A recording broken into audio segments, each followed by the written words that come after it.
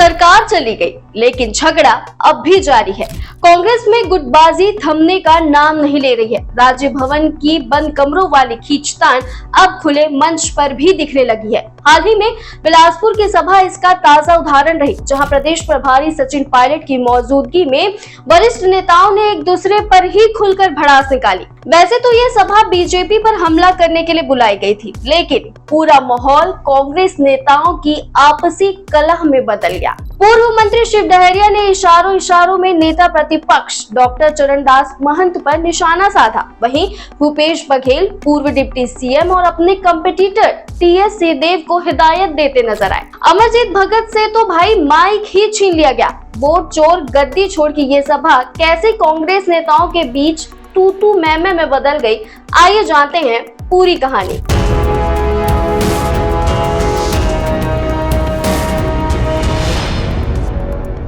सभा में सचिन पायलट के सामने ही शिव डहरिया ने इशारों में कांग्रेस विधायक दल के नेता चरणदास महंत को जवाब दे दिया। उन्होंने मंच से कहा कि हम कार्यकर्ता किसी नेता के चमचे नहीं, सिर्फ कांग्रेस पार्टी के चमचे हैं। ये बयान सीधे तौर पर महंत के उस विवादित बयान का जवाब था, जिसमें उन्होंने नेताओं को अपने चमचों को संभाल कर रखने की नसीहत दी थी। इस विवाद की शुरुआत भूपेश बघेल के जन्मदिन से हुई थी। वरिष्ठ नेता रविंद्र चौबे ने भूपेश बघेल को बर्थडे के तोहफे देते हुए मंच से कहा था कि जनता की इच्छा है कि कांग्रेस का नेतृत्व भूपेश बघेल करे। भाजपा से लड़ने की ताकत सिर्फ उन्हीं में है। उन्होंने ईडी पर निशाना साधते हुए कहा कि भूपेश बघेल शेर हैं और वो किसी से डरने वाले नहीं हैं। रविंद्र चौबे के इस बयान पर पार्टी के अन्य नेताओं ने नाराजगी जताई। प्रदेश अध्यक्ष दीपक बैज ने चौबे को महाज्ञानी नेता कहा, तो वहीं चरणदास महंत ने नेताओं को अपने चमचे संभालने की हिदायत दी। महंत ने कहा कि चमचे अपने नेता को मुख्यमंत्री और प्रदेश अध्यक्ष तक बना देते हैं। रविंद्र चौबे के बयान से शुरू हुई कहानी चरणदास महंत, दीपक बैज से होते हुए शिव डहरिया तक पहुंच चुकी है और सभा में उन्होंने महंत के इसी बयान का जवाब दिया।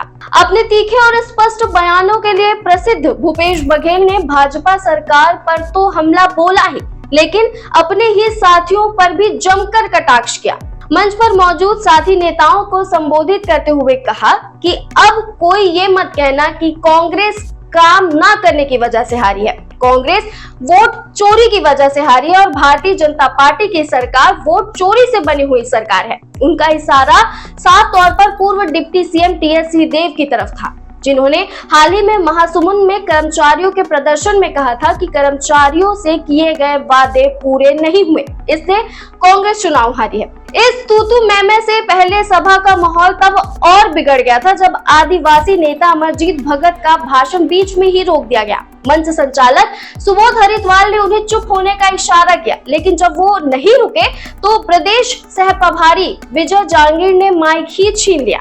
ये वीडियो अब सोशल मीडिया पर वायरल है और इसे अमरजीत भगत का अपमान बताया जा रहा है। कांग्रेस की नाव तो विधानसभा, लोकसभा और नगरीय निकाय चुनाव में ऑलरेडी डूब चुकी है, लेकिन फिर भी नेता आपस में ही सार्वजनिक रूप से लड़ रहे हैं। भूपेश बघेल और टीएस सिंहदेव के बीच की तनातनी अब खुलकर सामने आ चुकी है। महंत और डहरिया जैसे नेता एक दूसरे पर तंज कस रहे हैं, आरोप लगा रहे हैं। अब ये घटना एक सवाल छोड़ जाती है, जब कांग्रेस खुद ही आपसी लड़ाई में उलझी है तो भाजपा से कब लड़ेगी? जनता के मुद्दों पर कब विपक्ष की भूमिका निभाते हुए सरकार को घेरेगी?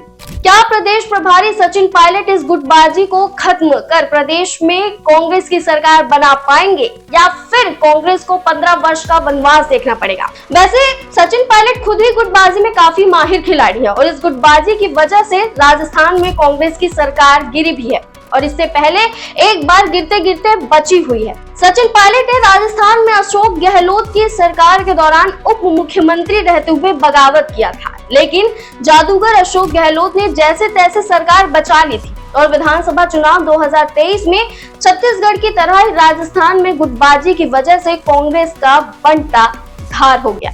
बहरहाल आपको क्या लगता है, कांग्रेस नेताओं की वर्षों पुरानी आपसी रंजिश की परंपरा कभी खत्म होगी या छत्तीसगढ़ से कांग्रेस ही खत्म हो जाएगी? अपनी राय हमें कमेंट बॉक्स में जरूर बताइए और अपडेट्स के लिए वयम छत्तीसगढ़ को सब्सक्राइब करना ना भूलें।